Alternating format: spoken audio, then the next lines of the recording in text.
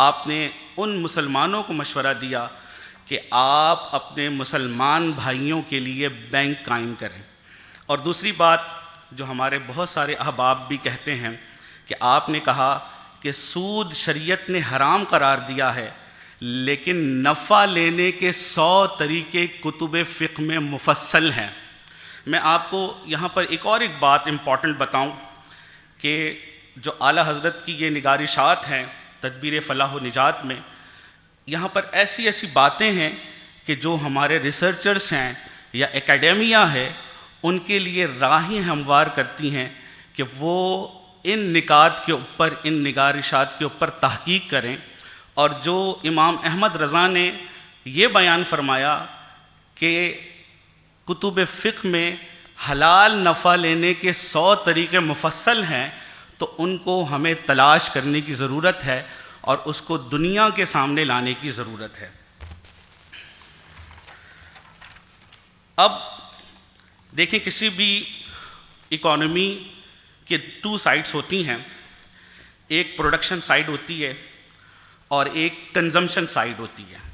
Production side میں یہ ہوتا ہے کہ آپ گڈس اینڈ سروسز پروڈیوس کرتے ہیں اور وہ پھر لوگوں کے سامنے پیش کرتے ہیں اور لوگ اس کو یوٹیلائز کرتے ہیں.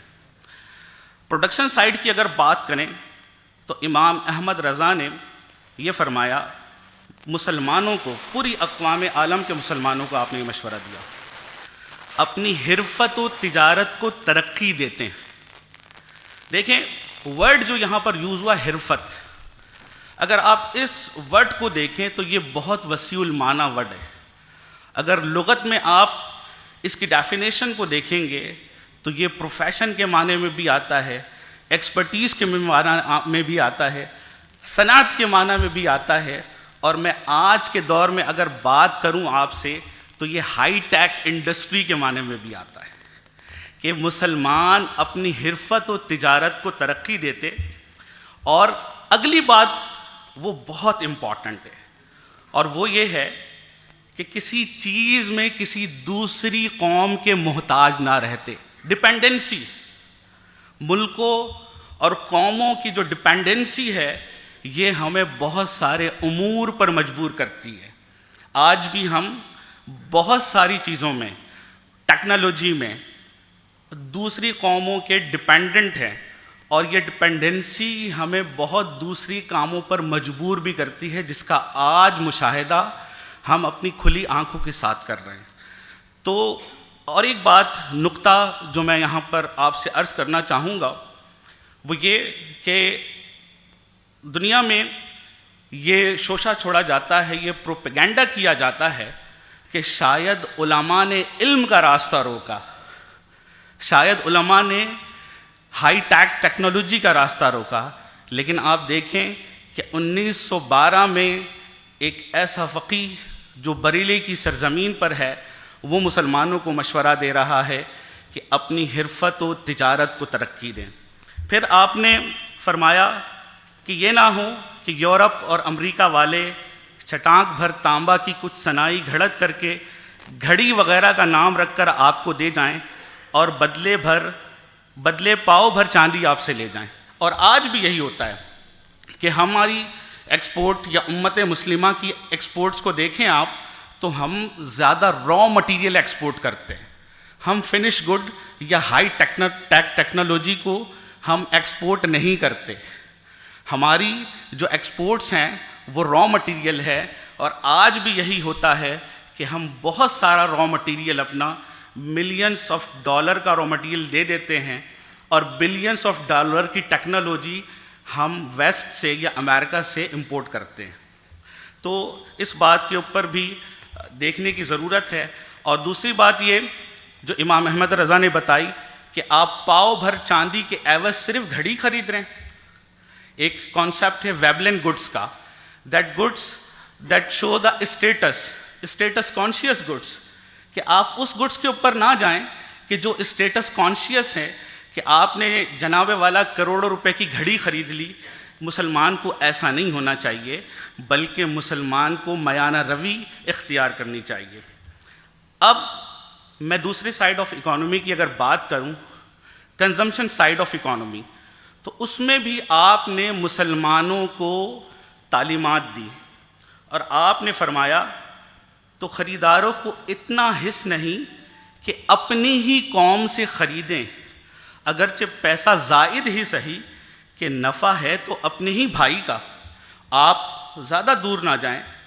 ہمارا پڑوسی ملک انڈیا جس نے بہت زیادہ ترقی کی، انہوں نے 1990s تک جو لگزریس گڈس تھیں اس کی امپورٹ کے اوپر پابندی لگائی۔ ہوا کیا کہ ان کی لوکل انڈسٹری نے گرو کیا، اور آج آپ دیکھیں دنیا کی 5ویں بڑی معاشی طاقت کے طور پر سامنے۔ اور امام احمد رضا اس وقت مشورہ دے رہے ہیں کنزیومر کو، ہمیں آج اب ہم دیکھیں ہم بائیکاٹ کرنے کے لیے کھڑے ہوئے ہیں دنیا کے بڑے بڑے برانڈز کا، لیکن ہمارے پاس آلٹرنیٹ نہیں ہے۔ تو جہاں پر ہم پرائس سینسٹیوٹی دکھاتے ہیں خریداری کرتے وقت، ہم گڈس کی کوالٹی کو دیکھتے ہیں، امام احمد رضا یہ کانسیپٹ دے رہے ہیں کہ اگر آپ نے خریداری کرنی ہے تو آپ مسلمان سے خریداری کریں، اگرچہ وہ پیسہ زائد لے رہا ہے، نفع اس کا زائد ہے، لیکن الٹیمیٹلی جو انٹرپرینور کا نفع ہوتا ہے وہ انویسٹمنٹ بن جاتی ہے، اور وہ آپ کے جو اکنامک سائیکل ہے اس کا پارٹ ہو جاتا ہے۔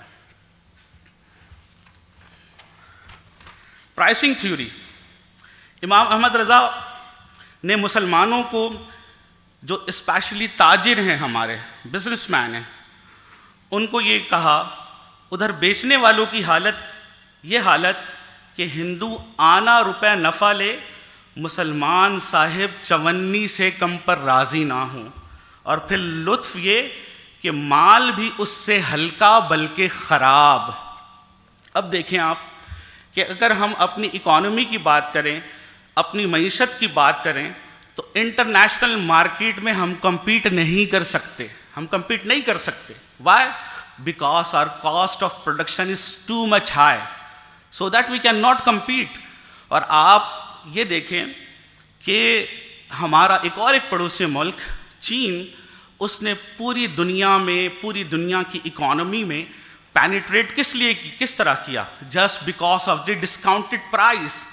اور امام احمد رضا 1912 میں مسلمانوں کو یہ مشورہ دے رہے ہیں کہ آپ نے اپنی گڈس کو کم قیمت پر سیل کرنا ہے۔ اور پھر یہ بھی کہ مسلمانوں کی حالت یہ ہے کہ مال نہ صرف ہمارا ہلکا ہوتا ہے بلکہ خراب ہوتا ہے۔ This is the quality assurance of the goods, کہ آپ جب مال بیچیں تو کوالٹی ایشورنس کو بھی مد نظر رکھیں۔ اور آپ نے فرمایا مسلمان صاحب چاہتے ہیں کہ سارا نفع ایک ہی خریدار سے وصول کر لیں، ناچار خریدنے والے مجبور ہو کر ہندو سے خریدتے ہیں، کیا تم یہ عادتیں چھوڑ سکتے ہو؟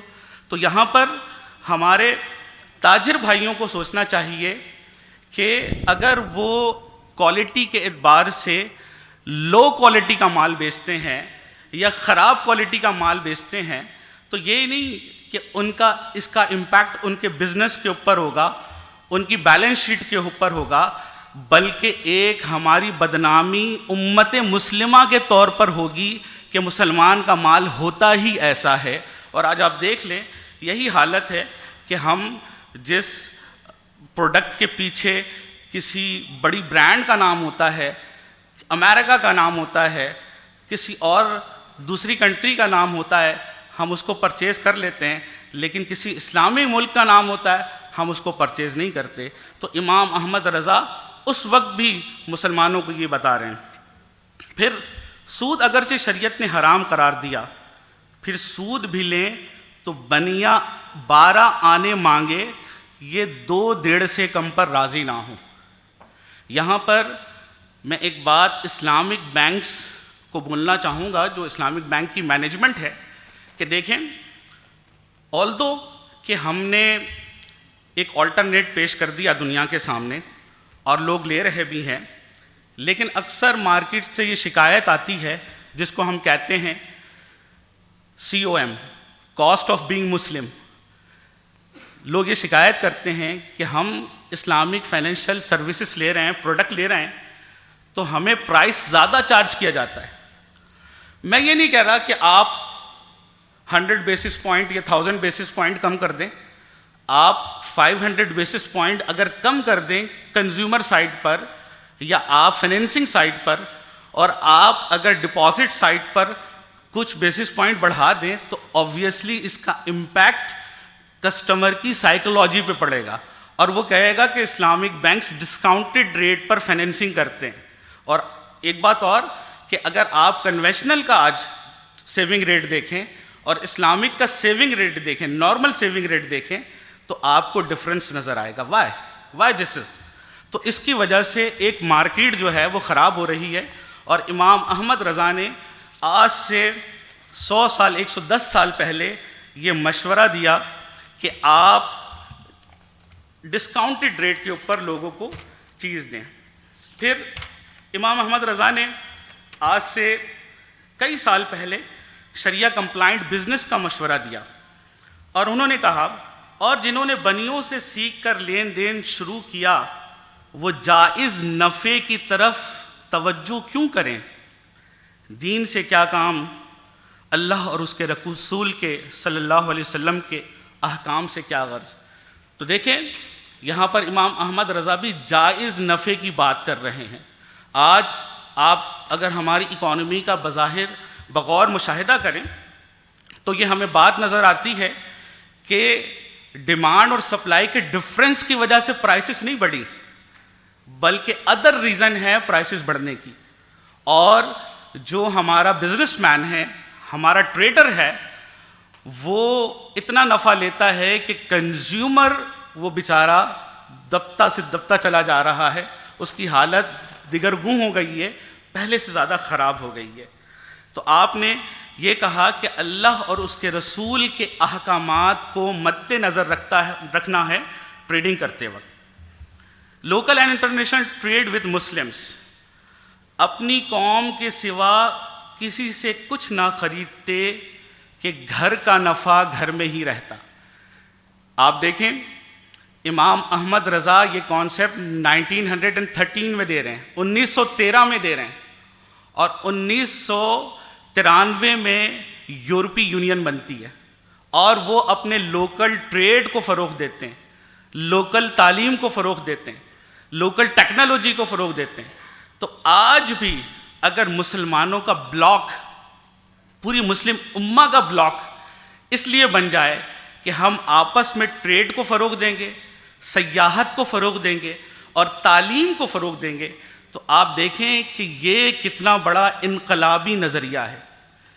although we can discuss it in detail کہ اس کے سیاسی پہلو کیا ہوں گے، اس کے تہذیبی اور تمدنی پہلو کیا ہوں گے، یا عالمی سامراج کے سامنے رہتے ہوئے اس کے کیا نتائج ہوں گے، ہم اس کو دیکھ سکتے ہیں، لیکن بطور ایک فقیہ کے، بطور ایک مفکر کے، آپ نے مسلمانوں کو آج سے 110 سال پہلے یہ نظریہ دیا۔ پھر آپ ہی وہ پہلی شخصیت ہیں جنہوں نے جو کاغذی کرنسی ہے اس کے اوپر پورا ریسرچ پیپر لکھا، کفل الفقیہ الفاہم فی احکام کرطاس الدراہم، اور یہ اس کے اوپر انشاءاللہ گفتگو بھی ہوگی۔ اس میں آپ نے ایسے اصول بیان فرما دیے کہ جو رہتی دنیا تک جتنی بھی کرنسیز آئیں گی، whether it is cryptocurrency or whatever you can say, digital money, you named it, you can find the solution in Fatawa Razawiyah, in that particular research paper۔ اور نہ صرف یہ کہ شریعہ اسٹیٹس بتایا، بلکہ اس کے اوپر لازم ہونے والے احکامات کہ if you consider something mall, so how you will pay the zakat on it، کہ آپ اس کے اوپر زکوٰۃ کس طرح پے کریں گے، آپ اس کے اوپر اور وراثت اس کے اوپر کیسے جاری ہوگی۔ تو پورا یہ آپ کا ایک ریسرچ پیپر ہے جس کے اوپر انشاءاللہ مفتی وسیم صاحب اور ڈاکٹر سید عبد الرحمن صاحب ڈسکس کریں گے۔ اس کے علاوہ امام احمد رضا نے، جس طرح میں نے آپ کو کہا کہ بہت سارے سلوشنس بھی بتائے، میں ایک پڑھ رہا تھا تو آپ نے جو کریڈٹ کارڈ کا one of the most simplest solution ہے وہ بھی بتایا، وہ میں نے اپنے آرٹیکل میں لکھا ہے، تو انشاءاللہ آپ اس کو فائنڈ آؤٹ کریں گے جو پبلش ہوگا ہمارا آرٹیکل۔ اللہ تبارک و تعالیٰ سے دعا ہے کہ اللہ تبارک و تعالیٰ ہمیں اس مفکر کی باتوں کو اپنے ملک میں، عالم اسلام میں رائج کرنے کی توفیق عطا فرمائے، آمین بجاہ النبی الامین صلی اللہ علیہ وسلم۔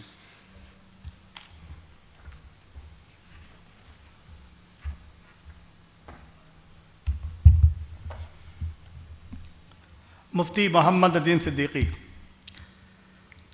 جس انداز میں ان معاشی نکات کو جو حضرت امام احمد رضا کی طرف سے 1912 میں، 1907 میں اور 1909 میں اور 1913 میں پیش کیے، اس کو بیان کر رہے تھے۔ جس زمانے میں سونے اور چاندی کے سکوں کی جگہ پیپر نوٹ، پیپر کرنسی کی ایجاد ہوئی تو فقہائے امت کے سامنے یہ مسئلہ اس کی ثمانیت کے حوالے سے کھڑا ہوا۔ یہ سوال کتنا اہم تھا اس کا اندازہ اس بات سے لگایا جا سکتا ہے کہ برکت اسلام مکہ معظمہ کے جلیل القدر عالم دین حضرت مولانا جمال بن عبداللہ بن عمر مکی رحمہ اللہ، مفتی حنفیہ مکہ مکرمہ کی خدمت میں کرنسی نوٹ سے متعلق سوال پیش ہوا تو آپ نے تحقیق کے بعد جو جواب عنایت فرمایا اس کے الفاظ سے العلم امانۃ فی اعناق العلماء، کہ علم علماء کی گردنوں میں امانت ہے۔ جب امام احمد رضا اپنے دوسرے سفر حج کے موقع پر مکہ معظمہ میں حاضر ہوئے تو اس موقع کو غنیمت جانتے ہوئے اس زمانے کے امام حرم حضرت علامہ عبداللہ مرداد اور حضرت مولانا حامد احمد جداوی رحمہم اللہ نے حضرت امام احمد رضا کی خدمت میں کرنسی نوٹ کی شرعی حیثیت پر 12 سوالات پر مشتمل استفتاء پیش کیا۔ اگرچہ اس وقت آپ صاحب فراش تھے، علیل تھے، لیکن پھر بھی 1.5 دن کی قلیل مدت میں ان کے تحقیقی اور تفصیلی جوابات بنام کفل الفقیہ الفاہم فی احکام قرطاس الدراہم کے صورت میں بیان فرمائے، جس کا کچھ تذکرہ ابھی آپ نے مفتی محمد ندیم صدیقی سے آپ نے کیا۔ آج اس وقت ہمارے سامنے ڈاکٹر سید محمد عبد الرحمن شاہ بخاری، جو ایسوسیٹ پروفیسر ہیں university of engineering and technology کے ٹیکسلا کے، وہ بطور مہمان تشریف فرما ہیں، اور آپ نے پرابسری نوٹ اور پیپر کرنسی کے حوالے سے اپنا مقالہ، پی ایچ ڈی کا مقالہ مکمل کیا۔ اس کے علاوہ دیگر کفل الفقیہ الفاہم کے حوالے سے جو امام احمد رضا کے اور دیگر علماء کے جو تحقیق موجود تھی معاشیات اور کرنسی کے حوالے سے، اس کو بیان کیا۔ ہم نے دعوت دی، وہ تشریف لائیں گے ابھی۔ ڈاکٹر سید عبد الرحمن شاہ بخاری نہ صرف ایک پی ایچ ڈی اسکالر ہیں بلکہ ایک عالم دین بھی ہیں، اور آپ کی خوبی یہ ہے کہ آپ نے متعدد رسائل، ریسرچ پیپرز، آرٹیکلز آپ نے لکھے ہیں جو انٹرنیشنل مختلف جو ہے شائع ہو چکے ہیں اپنے جرائد کے اندر، لیکن ساتھ ساتھ مختلف سیمینار اور کانفرنسز، ورکشاپس بھی آپ کرتے رہتے ہیں، اور آپ ایک اکیڈمیا ہیں۔ آپ نے جو کوششیں کی ہیں اس حوالے سے اس کو انشاءاللہ ابھی بیان کریں گے، تو میں درخواست گزار ہوں ڈاکٹر سید عبد الرحمن صاحب بخاری، جو transmission of paper currency towards the جو اس وقت ہماری کرنٹ کرنسی ہے اس کے حوالے سے گفتگو کریں گے۔ ڈاکٹر سید عبد الرحمن شاہ بخاری صاحب۔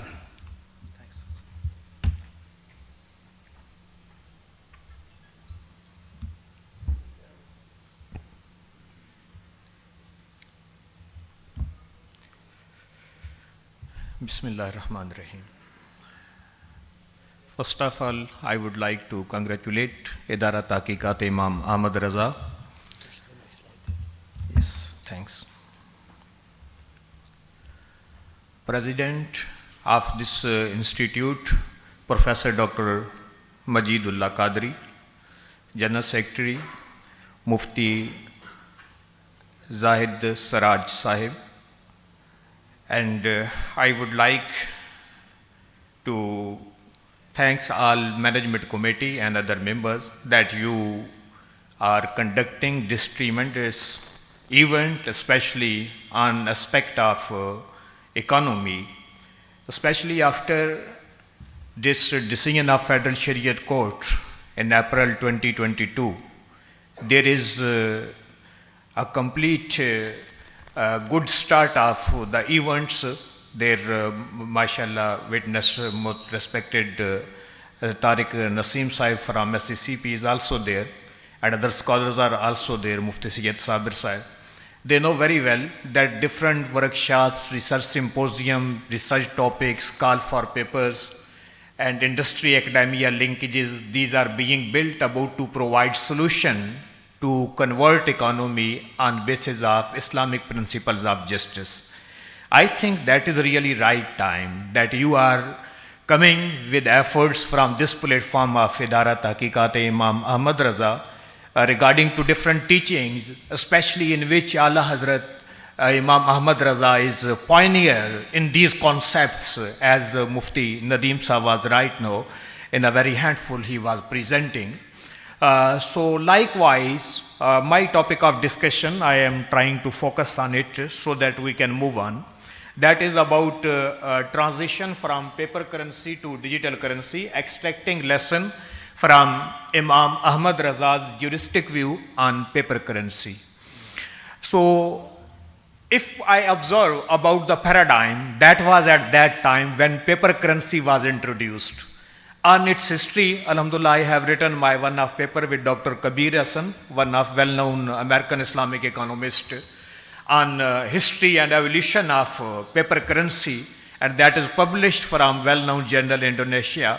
So in which we have presented that how currency moved on, and with passage of time, the paradigm was completely changed and they moved to paper currencies.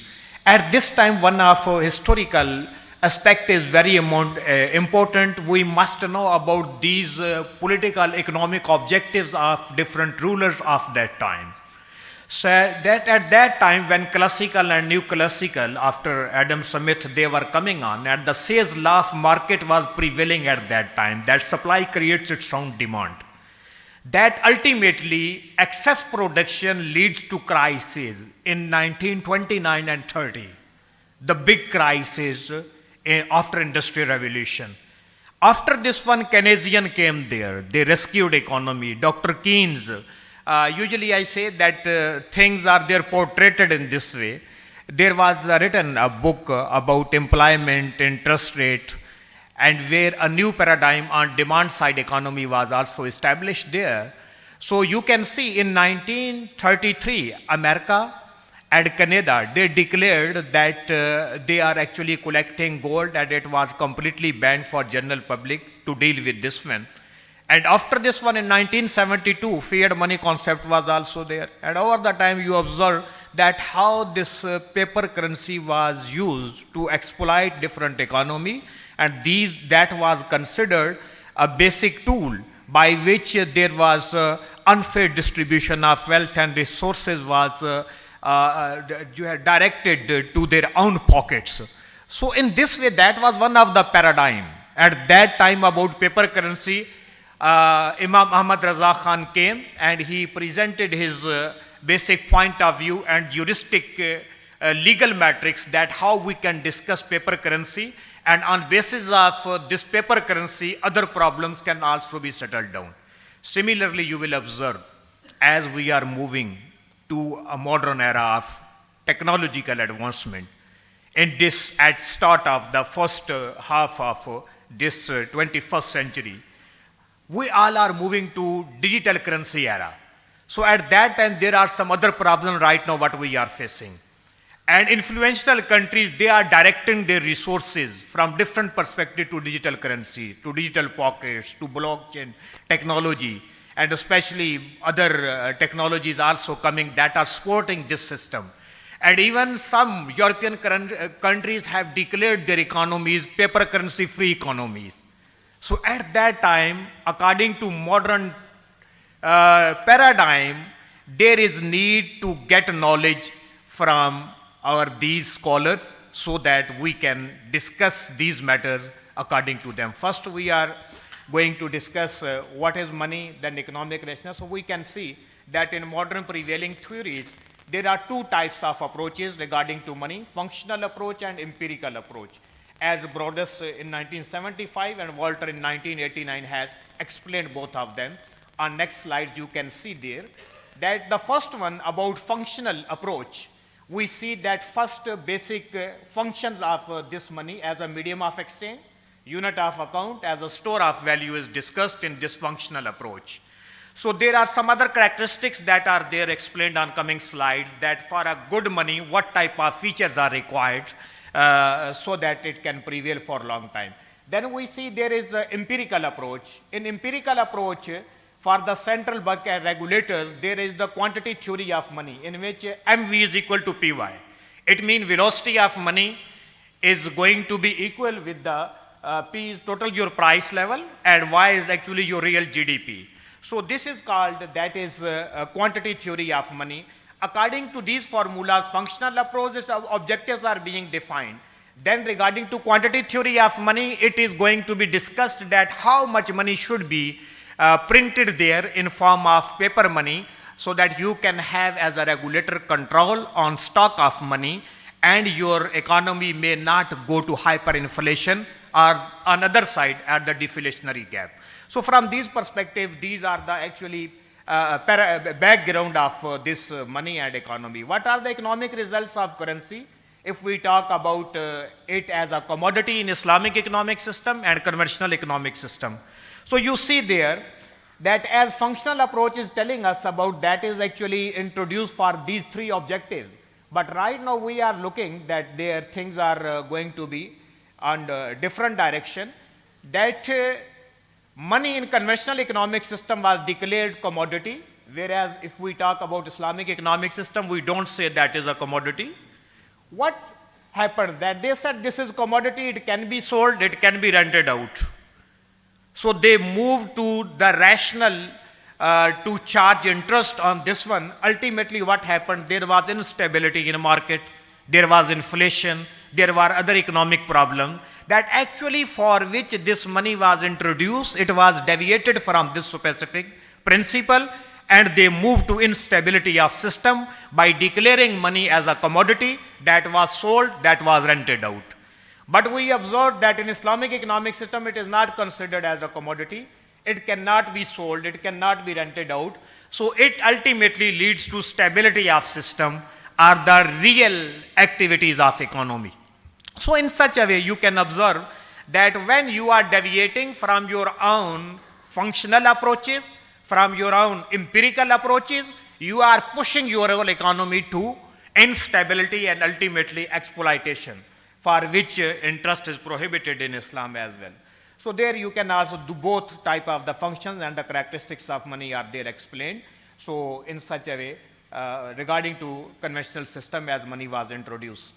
So next we can see that historical evolution of the currency, that is part of the one of the figure of our research paper, that at the time of Holy Prophet there was bimetallism currency, Roman dinar and Persian dinar was there and these were being used, and the first Islamic coin was there minted at time of Walid bin Abdul Malik Umayyi. So that was the first Muslim coin. Otherwise the prevailing darahim and dananir that were actually adopted from the existing system. Then move on to, that is telling, and now this is the time to talk about electronic currency in a modern time period. So if I come and narrow down my topic to this theme, that contribution towards Islamization of economy, so we can see that two seminal writings on this topic are there by Imam Ahmed Raza Khan. As already explained, that different questions were raised when he was there to visit these holy places during Hajj. So these 12 questions were asked from Imam Ahmed Raza and he replied to them, and these are summarized there in Kiflul Faqih al-Fahim fi Aqame Kirtasid Darahim. So what is the main subject matter of this one? next 2 slides will facilitate us about to know what is subject matter and what are these 12 questions, and how first he discussed about commercial value of currency note, then on basis of this commercial value, that is called malun mutaqawwamun, on basis of this commercial value, all other juristic opinions and the juristic solutions were based on this specific status. Then there were raised some questions later on, after 4 or the 5 years, by some scholars of his time like Abdul Rashid Gangohi and Abdul Hayy Lakhanavi from Ulama Farang Mahalli. So they came with different questions about this narrative that was adopted by Imam Ahmad Raza in Kiflul Faqih al-Fahim. Imam Ahmad Raza then came again with Qasirus Safih al-Wahim fi Abdal Kirtas al-Daraim, and he explained that if you are not accepting paper currency with commercial value, then there may appear 120 problems in your existing societies. He came with 120 problems and he explained in there in Qasirus Safih al-Wahim fi Abdal Kirtas al-Daraim. Yet he was not only saying that this currency note is having commercial value, rather he came, he defended all the things, and he informed. Otherwise, there may appear haraj in society. There may appear irregularity in your economy, in other religious obligation, in other different type of your things what you are dealing in which. So that's why we can explain all of them in such a way. So there we can see that this is the basic juristic framework. I have termed it that was actually juristic framework that was provided by Imam Ahmad Raza. That was innovative work. That paper currency was being introduced. A lot of the problems were there in different Darul Ifta. There were the problems. But none was there to reply them properly. They were saying yet research is ongoing and under progress. But Imam Ahmad Raza came not only there in subcontinent, in main centric place of Muslims in Mecca, he presented juristic framework in which first position of paper currency, commercial value of this specific paper currency was defined by Imam Ahmad Raza.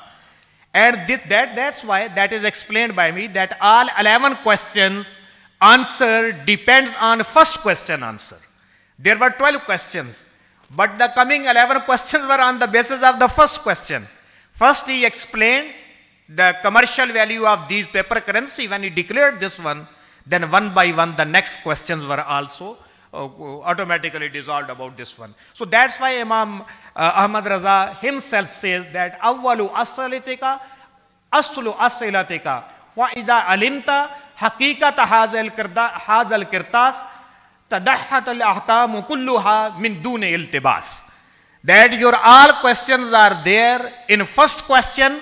Once first question would be dissolved, your all coming 11 questions would be dissolved. So in such a way that was. The first one, he came with the position of paper currency note. So he explained there in this one. There you can see that position of note is that is having commercial value, malun mutaqawwamun. Okay, and after this one, because he has there explained that annahu kit'atu qaqizin wal qaqizu malun mutaqawwamun wa ma zatu hazi sikka illa raghbatal nas alayhi wa ziyadatun fil. In such a way he explained all these objectives what are they defined regarding to money as a medium of exchange, money as a unit of value, money to be used for the transactions. All these objectives are there defined, and this is also explained in Al-Bahr Raik fi Sharh al-Daqaiq, and likewise in Fatawa of Imam Shami Ibn Abidin as well. So first he explained there its position, and then on basis of this one, he explained that once you are having this asset and you are meeting this commercial value as per criteria of zakat, then zakat would be prescribed for you. You are supposed to pay zakat. Okay. Then he explained that about the jointure, about haqq-e-mar. He said that once you are considering this one, that is malun mutaqawwamun, then you are able to pay this one while having nikah contract. So in such a way, next we can see the next points.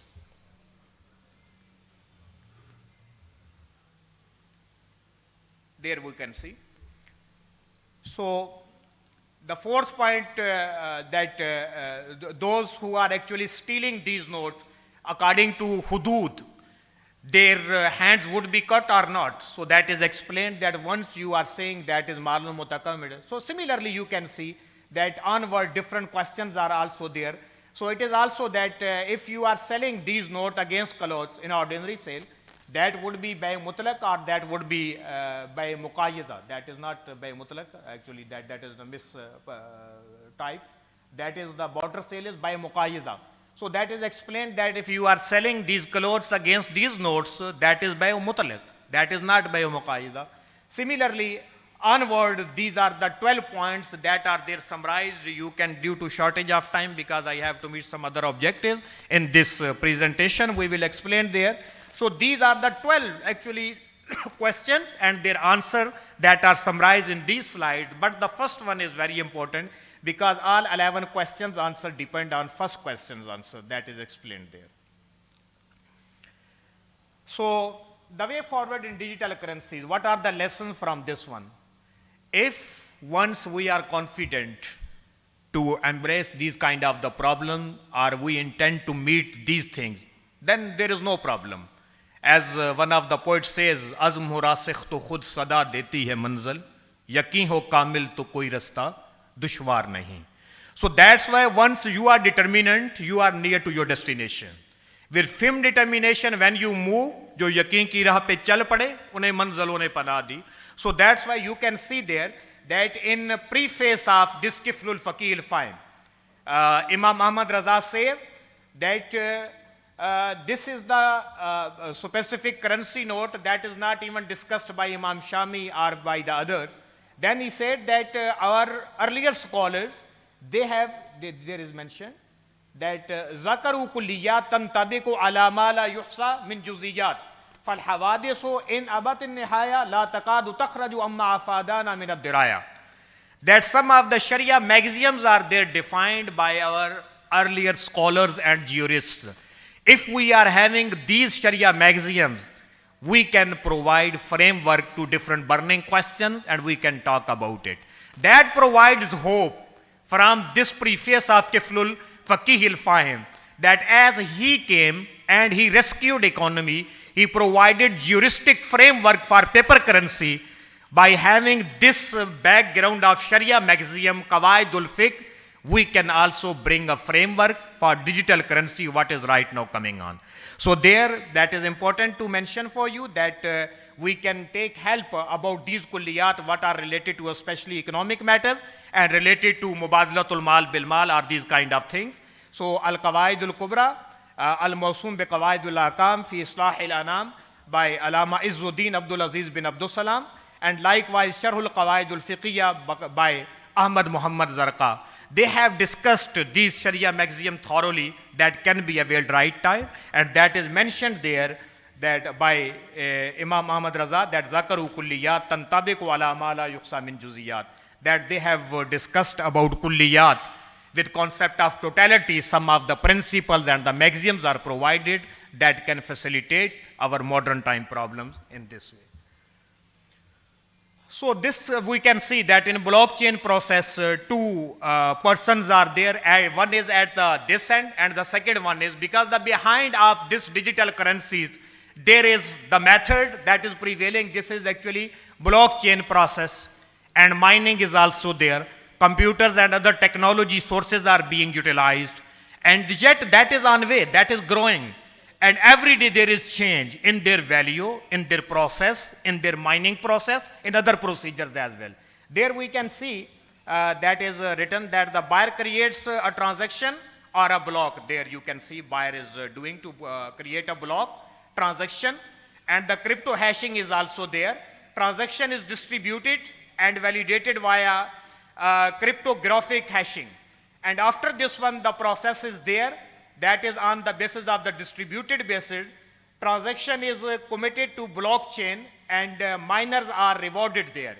Then there is the seller who is receiving all these digits and these codes that are going to be transferred to them. That is important to know. We can discuss that what is the position of digital currency. but that is being used for some bad thing, with bad intention, for the economic evils are there that are prevailing, or that is being used in terror financing, due to which we are trying to keep ourselves away so that we may not go again to grey list or the black list. These are the problems what are not related to subject matter of this currency. These are the problems that are related to public administration failure. This is job of regulators to provide sound framework so that these type of technologies can prevail there within specific regulatory framework. That is the task of SECP, that is the task of FBR, your central banks and other institutions. They should play their role and provide sound ways of transaction so that they can move on to this one. If someone is talking about digital currency, that it may be misused, it may be, this is the same problem what we are facing in paper currency. We were promised that we are keeping gold and the silver, and it was declared that that is the actually receipt of this debt or these securities what are there. One of the specific set of ulama was saying this one. But we observed that in fiat money, that was there. Fractional system is also there. And now it is declared that there is no reserve behind this paper currency. The same problems are also there that are prevailing in paper currency. This digital currency through decentralization may change a fate of those less developed countries who are badly depending on international competing currencies. So that's why there are some positive aspects as well. We should see about these aspects as well, and we should talk about positivity of this one as well, where this is wrong. Like the whole banking is interest based, but we have initiated banking and we came with solutions. Likewise, in cryptocurrencies or the digital currencies, there may appear a lot of the problem. I also confess, I have also pointed out some issues there. These are the issues there prevailing. But if these issues are there, it doesn't mean that we should stop digital currency. We should welcome these challenges. We should talk about Sharia maximum, and we should look at how competing economies are adopting these technologies, and ultimately it will come to our home, and we are supposed to be ready and welcome these type of challenges and to suggest those aspects with alternate measures, alternate ways by which we can adopt this one. So there you can see, if in digital wallet you are having digits, some people they say that if you are having these digital digits, that how we can say that is in your possession. IOFI in their standards about possession in 18 standard, they have declared there, if any amount is being credited in your account, that is not in the form of that you are having physical currency. This is the digit that is transferred and reflecting, that is called constructive possession. And constructive possession we have also adopted in issuance of LC in our banking transaction while issuing letter of credit. This constructive possession is there when title of the ownership is transferred, then this is also a form of the constructive possession. Likewise, if digital accounts are there being managed and you are receiving one of the amount in your account, that is the form of constructive possession. So in light of this specific Sharia standard of possession on Qabz 18 standard, we can say what you are having in e-wallet, you are having definitely this type of digital constructive possession there in case of digital currencies. So however, there are some issues. There is the element of riba, there is the element of gambling that we were also facing in banking sector, but we came with alternate products. Similarly, you can see that there is also issue of illegal activities. As illegal activities are there in terror financing or the other kind of the things, we can also see, we can also close the back doors that may create disturbance in this one. Likewise, issues about no regulatory authority is there. That is on the basis of decentralization. Decentralization means that a few influential economies may not create problem for you. That why that is decentralized. And similarly, you are having problem in international trade. Once that is really interesting debate that once a person who came from Germany, he conducted one of our course there in Quaid-e-Azam University when I was there in MSc Economics. So he said that we believe, according to agenda of WTO, that there should be capital mobility. That is also part of WTO, World Trade Organization. They are the different treaties about capital mobilization. Then I asked, if you are talking about financial capital mobilization, why you are having barriers about human capital mobilization? Why you are not allowing them? So these are the actually standards by these top economies who are going to exploit them. So in such a way we can see that if there is no regulatory authority, we can talk about these different, definitely there are problems, because if while conducting monetary policy, if government don't want to supply more currency, they want to have contractionary monetary policy, there may appear expansionary monetary policy from this channel, but that some additional regulation can be provided to overcome this problem as well. Then this is alternate system that may change fate of other LDCs, less developed countries. Already I have explained for this one. So in conclusions and recommendation, I can say confidently, alhamdulillah, that Imam Ahmed Raza provided fundamental juristic framework about commercial value of paper currency, and all other payments problems in form of paper currency would settle down in lens of Sharia. Okay, that is the summary of Tiflul Faqihil Fahim Fi Akamil Kirtasi wa Daraim. So with same passions, we need to frame digital currency in juristic matrices as the need of the day. Global economies are moving to this new paradigm of digital currencies. This departure may lead less developed countries to financial independence from top currencies through decentralized nature of digital currencies. Central banks are recommended that they should provide regulatory framework, and they should close the back doors that may lead to economic evil or other type of instability of economy. So that's why we must appear for digital currency with aggressive approach, and we should welcome. I am not completely justifying this one. I am saying there are issues that I have highlighted, but we should prepare ourselves. We should try to counter them. As Iqbal says, azme bulandavar, himmat mardana, bazue pidar khahi, shamshir pidar khahi, bazue pidar avar. So that's why we need to move this one. And ultimately I can say with the verses of Iqbal that akhlas-e amal mang niagane kohan se, akhlas-e amal mang niagane kohan se, shahan che ajab garba nawazand gadara. Shukriya.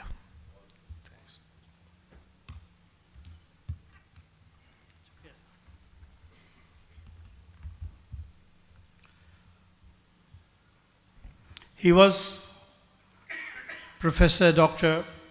Sayyid Abdul Rahman Shah Bukhari, presenting his paper regarding the subject.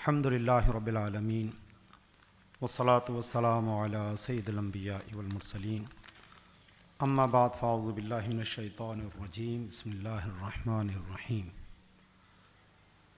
سب سے پہلے مفتی اعظم پاکستان قبلہ مفتی منیب الرحمن دامت ظلہ العالی اور دیگر معززین اور خاص طور پر ادارہ تحقیقات امام احمد رضا خان علیہ رحمۃ الرحمن کے منتظمین کی خدمت میں سلام پیش کرتا ہوں۔ امام احمد رضا ان علماء میں سے ہیں، ان فقہاء میں سے ہیں کہ انہوں نے جو اپنی تحقیقات پیش کیں وہ آج کے دور میں بھی اتنے ہی معنی اور حیثیت رکھتی ہیں جو ان کے دور میں رکھا کرتی تھیں، کیونکہ کچھ مفتی یا کچھ علماء وہ ہوتے ہیں جو وقتی مسائل کو حل کرتے ہیں، لیکن کچھ علماء کی کنٹریبیوشن وہ ہوتی ہے کہ جو بعد میں آنے والوں کے لیے بھی مشعل راہ بن جاتی ہے۔ پیپر کرنسی کا معاملہ 20ویں صدی میں اس کی ابتدا میں ایک ایسا مسئلہ بن کر آیا کہ جس پہ علماء بہت حیران پریشان تھے، کیونکہ اس سے پہلے کی جو ہمارا فقہی ذخیرہ تھا اس میں اس کا کوئی ذکر ملتا نہیں تھا۔ آج کوئی بھی فتویٰ لکھا جائے، علامہ ابن عابدین شامی کی تحقیقات اس میں بنیادی کردار ادا کرتی ہیں، فتاوی شامی جس کو کہتے ہیں رد المختار، اس میں بھی اس کا کوئی ذکر نہیں تھا۔ اور سوالات اتنے تھے اور اس سے متعلق جو شرعی احکامات ہیں اس پہ اس کا انحصار اتنا زیادہ تھا کہ جب تک اس کی شرعی حیثیت متعین نہ کی جائے کہ یہ مال کی کس قسم سے تعلق رکھتا ہے تو بات بن نہیں رہی تھی، کیونکہ مال جو فقہی طور پر ہیں وہ 4 طرح کے ہوتے ہیں اور ہر ایک کی جب تک حیثیت متعین نہیں ہوگی اس سے متعلق احکامات در احکامات سمجھے نہیں جا سکتے۔ تو کچھ اموال وہ ہیں کہ جو ہمیشہ مبی بنتے ہیں، یعنی سبجیکٹ میٹر کسی بھی ٹرانزیکشن میں، جیسا کہ اینیملز جانور ہیں یا لائک دس اور جو چیزیں ہیں۔ دوسرے جو ہمیشہ منی بنیں گے یعنی سمن، جیسا کہ سونا ہے، چاندی ہے۔ اس دور میں یہ 2 ہی چیزیں ایسی تھیں کہ جو کرنسی کے طور پر یوز ہو رہی تھیں، یا کچھ سکے ہوتے تھے جو استعمال ہوتے تھے۔ تیسرے وہ کہ جو کبھی مبی بنے کبھی سمن بنے، وہ جو بھی مثلی چیزیں تھیں جن کی قیمتوں میں فرق نہیں ہوتا تھا، جو ماپ کر یا تول کر یا کاؤنٹ کر کے بیچی جاتی تھیں۔ اور چوتھی جو تھی کہ جو اپنی اصل کے اعتبار سے تو ویلیویبل تھنگ تھی، لیکن بعد میں وہ کرنسی کے طور پر استعمال ہونے لگی، جیسا کہ اس وقت کے کوائنس ہوا کرتے تھے تانبے کے، جو آج بھی ہمارے دور میں استعمال ہوتے ہیں سلور وغیرہ کے، جو اصل میں تو وہ سلور ہے لیکن گورنمنٹ نے اس کو اپنے ٹکسال میں ڈھال کر سکے کی حیثیت دی اور لوگ اس کو بطور کرنسی کے استعمال کرتے۔ اب یہ جو کاغذ کا نوٹ آیا تو اس میں کچھ لوگوں کی رائے یہ بنی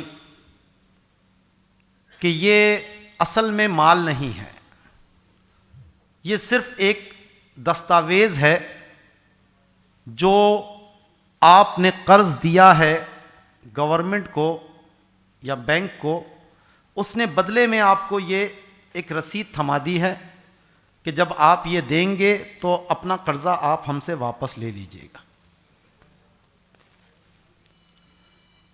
اس کا نتیجہ کیا نکلتا کہ میں نے آپ سے کوئی چیز خریدی، بدلے میں آپ کو وہ کاغذ کا نوٹ دیا، تو اگر یہ ثمن نہیں ہے تو یہ گویا کہ میں نے آپ کو حوالہ کیا ہے، ٹرانسفر آف ڈیٹ کیا ہے، کہ میرے سے جو آپ نے وصول کرنا ہے یہ کاغذ کا ٹکڑا آپ مجھ سے لیجئے اور جا کر فلاں بینک سے یا گورنمنٹ سے آپ یہ وصول کر لیجئے۔ جیسے آج ہمارے دور میں چیک ہوتا ہے، مارکیٹ میں چیک بھی ایکسیپٹ کیے جاتے ہیں، قبول کیے جاتے ہیں۔ میں نے اپنا چیک کاٹ کر آپ کو دیا، آپ نے وہ چیک کسی اور کو دے دیا، اس نے کسی اور کو دیا، لیکن اس سے ابھی تک آپ کے ہاتھ میں کچھ نہیں آتا جب تک کہ وہ چیک کیش نہ ہو جائے یا آپ کے اکاؤنٹ میں وہ جمع نہ ہو جائے۔ اس کی حیثیت صرف ایک کاغذ کے ٹکڑے کی ہے۔ آپ کے اکاؤنٹ میں کچھ نہ پڑا ہو، آپ 1 کروڑ کا چیک کاٹ کر کسی کو دے دیجئے، نہ آپ کے پاس سے کچھ گیا نہ اس کے پاس کچھ آیا۔ تو کچھ علماء کی رائے یہ تھی،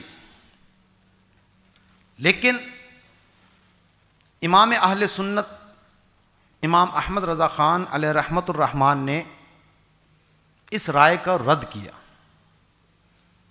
اور اس کی بنیاد انہوں نے اس بات پر رکھی کہ جب کوئی ایک شخص اس کاغذ کے نوٹ کے ذریعے ٹرانزیکشن کرتا ہے، خرید و فروخت کرتا ہے، تو اس کے دماغ میں دور دور تک اس حوالے کا تصور بھی نہیں ہوتا، نہ لینے والے کا نہ دینے والے کا۔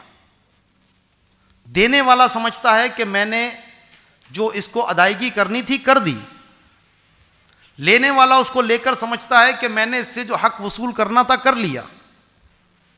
کسی کے دماغ میں قرض کی کوئی بات نہیں ہوتی، نہ لینے والے کے نہ دینے والے کے، تو پھر اس کو قرض کیسے قرار دیا جا سکتا؟ اور لوگوں کے جو مقاصد ہوتے ہیں معاملہ اس کے مطابق ہوتا ہے، ہر بندے کے لیے وہی ہوتا ہے جس کا اس نے قصد کیا، اور شریعت نے اسی کو ہی برقرار رکھا ہے۔ اب سوال یہ اٹھا تھا کہ پھر یہ اتنا سا معمولی کاغذ کا ٹکڑا اتنی قیمت کا کیسے ہو سکتا ہے؟ تو اس کے لیے کوئی فقہی جزیہ ہو، کوئی بنیاد ہو جس کے اوپر اس کو رکھا جا سکے۔ دیگر علماء اسی چیز پر حیران تھے کہ ہم مجتہد تو ہیں نہیں، اپنی طرف سے ہم اجتہاد کیسے کریں؟ کسی نہ کسی سابقہ فقیہ کی بات کو ہم آگے پیش کر سکتے ہیں۔ تو اسی لیے جو علماء تھے وہ اس میں حیران تھے، لیکن حضور سیدی اعلیٰ حضرت امام احمد رضا خان نے ایک ایسا جزیہ پیش کیا جو اس سے پہلے کتابوں میں تو موجود تھا، لیکن علماء کی اس طرف توجہ نہیں تھی۔ آپ نے محقق علی الاطلاق علامہ ابن حمام، جن کی مشہور کتاب فتح القدیر جو ہدایہ کی بنیادی شروحات میں ہے، اس سے ایک جزیہ پیش کیا کہ آپ فرماتے ہیں کہ یجوز بیع کاغذۃ بألف ولا یکرہ، کہ ایک کاغذ کا ٹکڑا 1000 کے بدلے میں بھی بیچنا جائز ہے اور اس میں کوئی کراہیت نہیں۔ تو آپ نے کہا کہ یہ بعینہ دیکھا جائے تو اس نوٹ کا جزیہ ہے کہ آخر کون سا کاغذ کا ٹکڑا اتنا قیمتی ہو سکتا ہے کہ جس کی 1000 درہم کی قیمت بن جائے۔ بظاہر اس وقت کوئی ایسا ٹکڑا سمجھ میں نہیں آتا تھا، لیکن یہ کاغذ کا نوٹ جس کی بظاہر اگر صرف کاغذ کی حیثیت سے دیکھا جائے تو چند سکوں سے بڑھ کر اس کی کوئی قیمت نہیں ہو سکتی، لیکن وہ 1000 کا ہو رہا ہے کیونکہ اس کے اوپر گورنمنٹ کی سند لگی ہوئی ہے، اس پہ مہر لگی ہے، اس پہ سکہ لگا ہوا ہے، ضمانت ہے گورنمنٹ کی۔ تو اس کی بنیاد پر لوگ اس کو 1000 کا بھی لے رہے ہیں، لین دین کر رہے ہیں۔ تو فرمایا یہی بعینہ ہی کاغذ کی بیع کا جزیہ ہے اور اس میں کوئی کراہیت بھی نہیں۔ تو اسی پر بنیاد رکھ کر آپ نے اس بات کو ثابت کیا کہ نوٹ جو ہے یہ صرف دستاویز نہیں ہے، کسی قرض کی رسید نہیں ہے، یہ کوئی چیک نہیں ہے، بلکہ خود یہ مال متقوم ہے، اور اس مال متقوم میں بھی ثمن اصطلاحی کی حیثیت رکھتا ہے، یعنی جس کی بنیاد تو سامان کی سی تھی, کاغذ ایک مال تھا, لیکن پھر لوگوں میں اس کا چلن کرنسی کے طور پر ہونے لگا, تو اس لیے اس کو ثمن اصطلاحی کہا جاتا ہے کہ جس کو لوگ بطور ثمن کے قبول کرتے ہوں, اپنی ٹرانزیکشن میں اس کو استعمال کرتے ہوں, تو اس کی بنیادی حیثیت یہ ہے. اور جب اس چیز کا تعین ہو گیا تو پھر باقی جو آپ سے سوالات پوچھے گئے تھے ان سب کے جواب خود بخود حاصل ہو جائیں گے, کیونکہ آپ سے جو اگلے 12 سوال تھے, پہلا سوال یہ تھا, دوسرا جو آپ سے سوال ہوا کہ پھر اس پر اگر کسی کے پاس زکوٰۃ کی نصاب کی مقدار یہ نوٹ موجود ہوں تو اس پر زکوٰۃ فرض ہوگی یا نہیں, کیونکہ اگر اس کو دستاویز کہا جائے گا تو وہ دین ہو گیا, اور دین پر جب تک قبضہ نہ ہو اس کے نصاب کے خمس پر تو زکوٰۃ فرض نہیں ہوتی. آج اگر اس نظریے کو لے لیا جاتا تو لوگوں کے کروڑوں اربوں روپے پڑے ہیں اور وہ کہیں جناب ہم پہ تو زکوٰۃ ہی فرض نہیں کیونکہ ہمیں تو وصولی ابھی کچھ نہیں ہوا, تو اس رائے سے کتنا بڑا نقصان ہوتا. پھر جب تک فقیر کو آپ نے یہ بدلے میں نوٹ دیا اور فقیر صاحب نے لے کر وہ رکھا, تو جب تک وہ اس کے ذریعے کوئی چیز خریدے گا نہیں آپ کی زکوٰۃ ادا نہیں ہوگی. تو جناب آپ انتظار کریں کہ فقیر صاحب کب کوئی چیز خریدیں اس سے, تب جا کے آپ کی زکوٰۃ ادا ہو. تو حضور سیدی اعلیٰ حضرت نے فرمایا کہ نہیں, یہ مال ہے, جب یہ مال ہے تو اس پر زکوٰۃ بھی فرض ہوگی, اور جب آپ فقیر کو یہ دے دیں گے, اس کی تملیک کر دیں گے, تو پھر آپ کی زکوٰۃ بھی ادا ہو جائے گی. تیسرا سوال آپ سے ہوا کہ یہ مہر بن سکتا ہے یا نہیں, تو اسی بنیاد پر آپ نے اس کا جواب دیا کہ جو چیز مال ہے اور جو فقہ حنفی میں ہے کہ کم از کم 10 درہم مالیت کی ہو وہ بالکل مہر بن سکتی ہے, تو اس لیے کاغذ کا نوٹ بھی جو ہے وہ مہر بن سکتا ہے, اور یہ ادائیگی کی جائے گی اس کے ذریعے تو مہر ادا ہو جائے گا. پھر آپ سے پوچھا گیا کہ اگر کسی نے 10 درہم کی مالیت کا نوٹ چرایا تو کیا اس پر حد سرقہ جاری ہوگی یا نہیں, تو آپ نے فرمایا بالکل جناب, یہ مال ہے, مال متقوم ہے, اور اگر یہ نصاب کی مقدار کو پہنچے گا تو اس پر حد سرقہ بھی جاری کی جائے گی.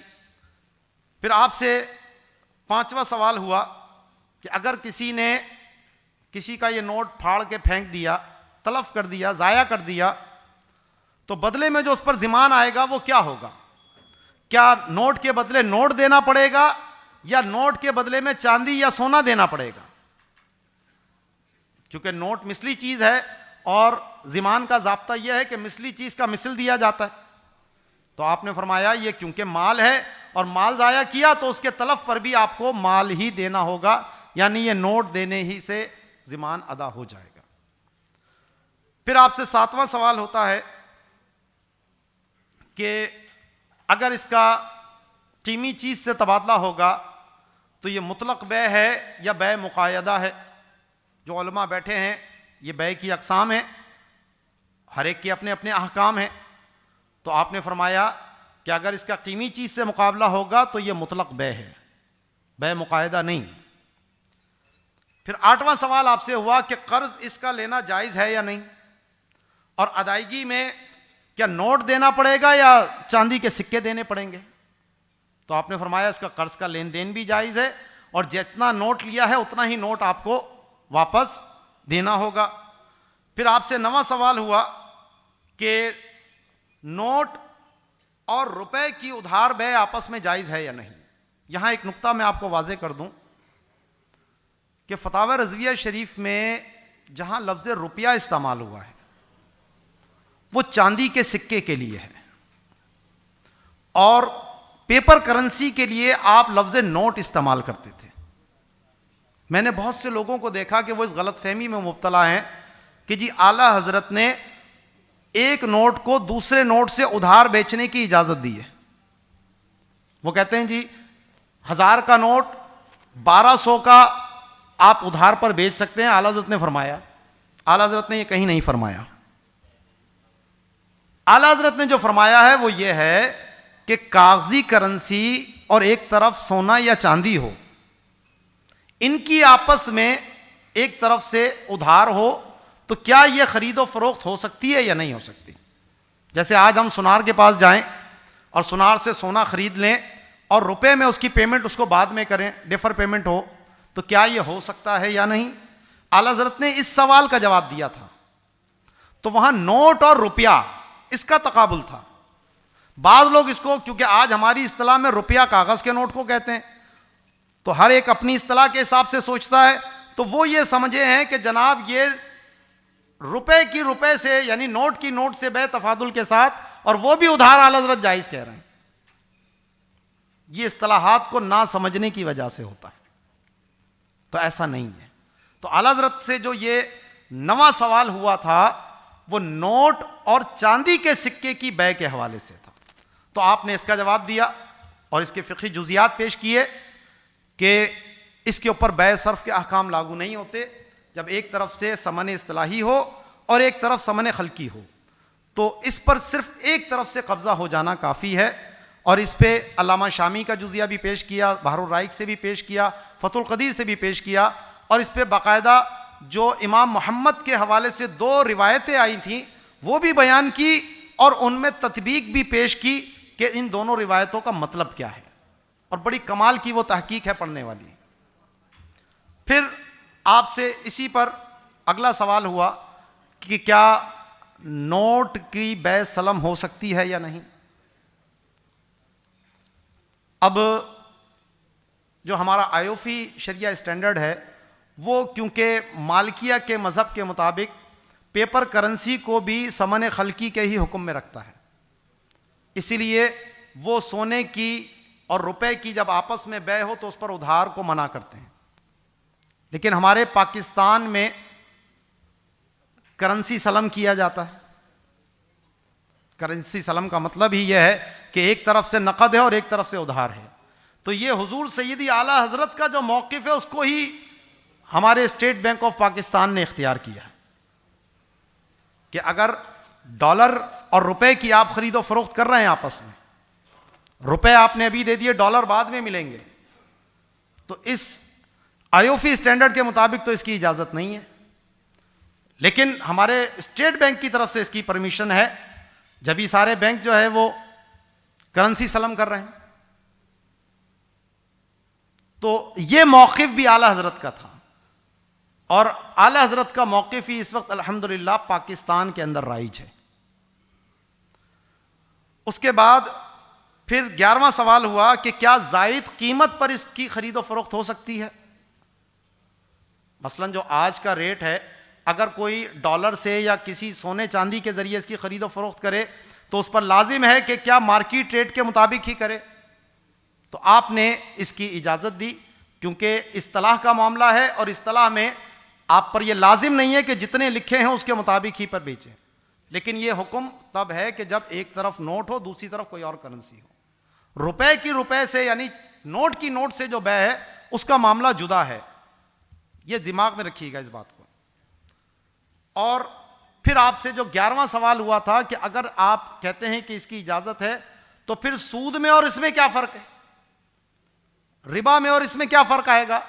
تو پھر یہاں جو آپ نے بحث کی ہے اور وہ جزیات پیش کیے کہ جس سے آپ اسلامک بینکنگ کے بنیادی اصول کو حاصل کر سکتے ہیں، کہ کون سی وہ صورتیں ہیں کہ جس کی شریعت نے اجازت دی ہے وہاں حلال نفع ہوگا، اور سود جو ناجائز ہے، گناہ ہے، اس سے آپ کس طریقے سے بچ سکتے ہیں. تو آپ نے فتاوی قاضی خان کے حوالے سے اور دیگر فقہا کے حوالے سے بہت سی وہ جزیات پیش کیے کہ جس سے جائز نفع کمانے کی صورتیں آپ نے واضح طور پر بیان کی ہیں. جہاں تک نوٹ کی نوٹ کے ساتھ تفاضل کے ساتھ بے ہے، تو بعض لوگ اس پہ بھی یہ غلط فہمی کا شکار ہیں کہ اعلیٰ حضرت نے اس کے جواز کی اجازت دی ہے. کفل الفقیہ الفاہم میں اس کے اوپر کوئی سوال ہے ہی نہیں، پہلی بات تو یہ ہے. اور فتاوی رضویہ شریف میں 2 مقامات پر اعلیٰ حضرت نے اس کے عدم جواز کا فتویٰ دیا ہے. مثلا 1000 کا نوٹ کیا 1100 کا بیچا جا سکتا ہے، دوسری طرف بھی نوٹ، اس طرف بھی نوٹ. تو اس کو اعلیٰ حضرت نے 2 مقام پہ منع کیا، اور امام محمد کا جو اس میں اختلاف ہے، ایک فلس کی 2 فلوس کے ساتھ بے کے اندر، تو امام محمد کے قول کو آپ نے مفتہ بھی قرار دیا اس مقام پر۔ تو جب امام محمد کے قول کو مفتہ بھی قرار دیا تو 1000 کا نوٹ 1100 روپے میں بیچنا جائز نہیں ہے۔ تو یہ امام اہل سنت نے اتنا بڑا مسئلہ حل کیا کہ جب آپ نے مکۃ المکرمہ میں یہ عبارت تحریر کی تو آپ کا جو مسودہ تھا وہ حرم شریف کی لائبریری کے اندر رکھا تھا۔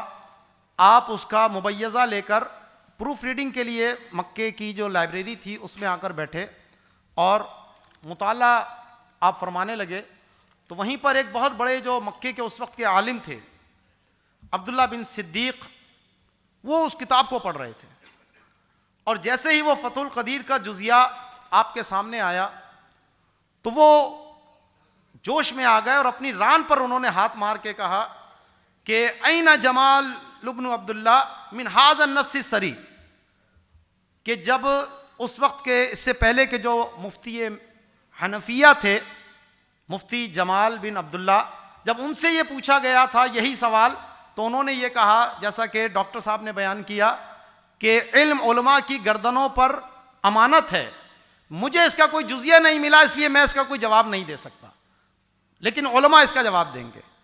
تو جب اتنا واضح جزیہ ان کے سامنے آیا تو کہنے لگے کہ جمال بن عبداللہ اس نص صریح سے کیسے غافل رہ گئے۔ تو حضور سیدی اعلیٰ حضرت کی فقاہت اور خاص طور پر معاشی معاملات میں اگر گرفت کو دیکھنا ہو تو قفل الفقیہ الفاہم اس کی ایک روشن اور زندہ مثال ہے۔ تو آج کے دور میں بھی اگر ہم اسلامک بینکنگ اینڈ فائنینس کی جب بات کرتے ہیں تو سب سے پہلا سوال ایک کرنسی کے حوالے سے ہی اٹھتا ہے اور اسی کے معاملات درپیش آتے ہیں۔ تو اس کو میں سمجھتا ہوں کہ جو اسلامک بینکنگ کا ہمارا کورس ہے اس میں اس کو شامل کیا جائے نصاب کے اندر، اور باقاعدہ سبقاً اس کو پڑھایا جائے۔ ہو سکتا ہے کسی کو اس پر اعتراض ہو، کچھ سوالات ہوں، تو وہ بھی ایک اکیڈمک کا حصہ ہوتا ہے، اس میں مزید آگے بات کی جا سکتی ہے، لیکن اس کو پڑھنے سے بہت سے ذہن کے جو تاریک گوشے ہیں وہ انشاءاللہ روشن ہوں گے۔ وما علینا الا البلاغ المبین۔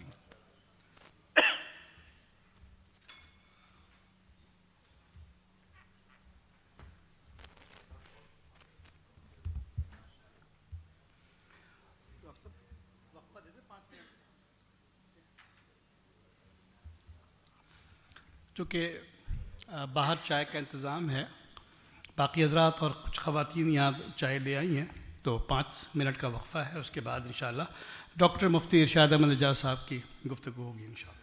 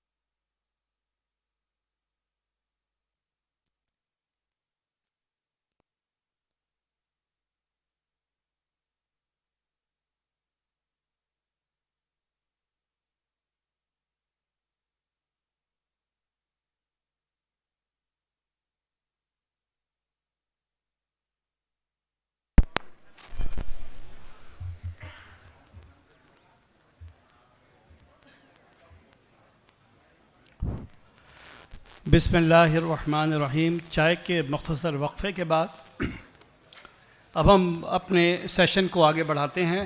تمام خواتین و حضرات سے درخواست ہے کہ برائے کرم اپنی اپنی نشستوں پر تشریف فرما ہوں.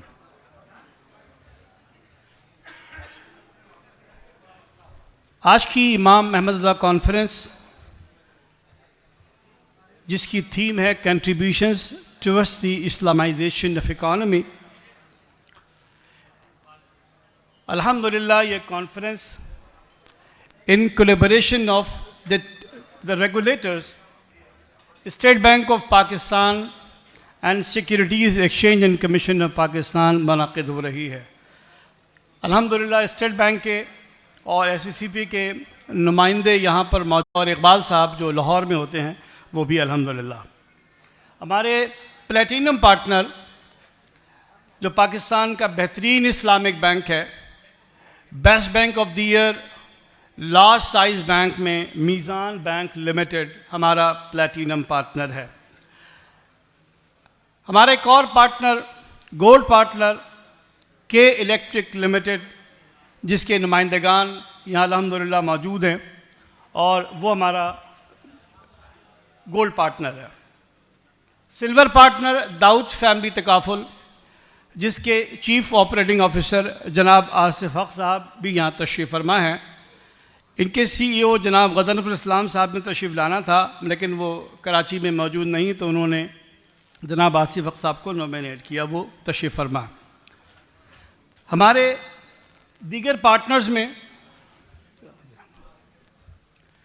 اکیڈمک پارٹنر میں آئی سی ایم اے پاکستان جس نے ہمیں اکیڈمیکلی اور بطور اکیڈمیا ہمارے ساتھ شامل ہوئی ہے ایز اے پارٹنر کے. آئی سی ایم اے پاکستان یہاں پر موجود ہے. اس کے علاوہ دیگر اکیڈمک پارٹنرز میں دارالعلوم میمن ہے جو الحمدللہ اس پچھلی ابھی جو کانفرنس تھی نیو کی وہ بھی, اور آئندہ جو نیکسٹ ایئر کانفرنس ہونے والی ہے وہ بھی اس کے ساتھ ہے. اساس شریعہ ایڈوائزری سروسز لمیٹڈ جو شریعہ ایڈوائزری سروسز لمیٹڈ فراہم کرتی ہے وہ, اور حلال سرٹیفکیشن میں ختام حلال انٹرنیشنل پرائیویٹ لمیٹڈ, یہ ہمارے مختلف اسپانسرز ہیں. اسی کے ساتھ خشبی جو فرنیچر کی ایک بڑی فرم ہے فرنیچر پروڈکشن کی, وہ بھی ہماری ایک پارٹنر کے طور پر یہاں پر موجود ہے. اسی طریقے سے آگے کریں, دیگر اور ہمارے پارٹنرز ہیں جو ہم نے ان کے لوگوز شیئر کیے. اب میں درخواست گزار ہوں گا اور خصوصی شکریہ بھی ادا کروں گا ہمارے محترم اور ہم سب کے محترم جناب ڈاکٹر مفتی ارشاد احمد اعجاز صاحب, جو جن کا تعارف بتانا سورج کو چراغ دکھانے کے مترادف ہے. جب سے پاکستان میں اسلامی بینکاری اور اسلامی مالیات کے شعبے کا آغاز ہوا تو ڈاکٹر صاحب اس کی نہ صرف سرپرستی فرماتے ہیں بلکہ الحمدللہ اس وقت ڈاکٹر صاحب جو ہیں وہ securities exchange commission of Pakistan اور اسٹیٹ بینک آف پاکستان کے جو شریعہ ایڈوائزری کمیٹی اور بورڈ ہیں اس کے چیئرمین بھی ہیں, اور ہماری خصوصی دعوت پر حضرت تشریف لائے ہیں. میں آپ سے گزارش کروں گا کہ آپ تشریف لائیں اور شفقت فرماتے ہوئے اپنا خطاب بیان فرمائیں. ڈاکٹر مفتی ارشاد احمد اعجاز صاحب.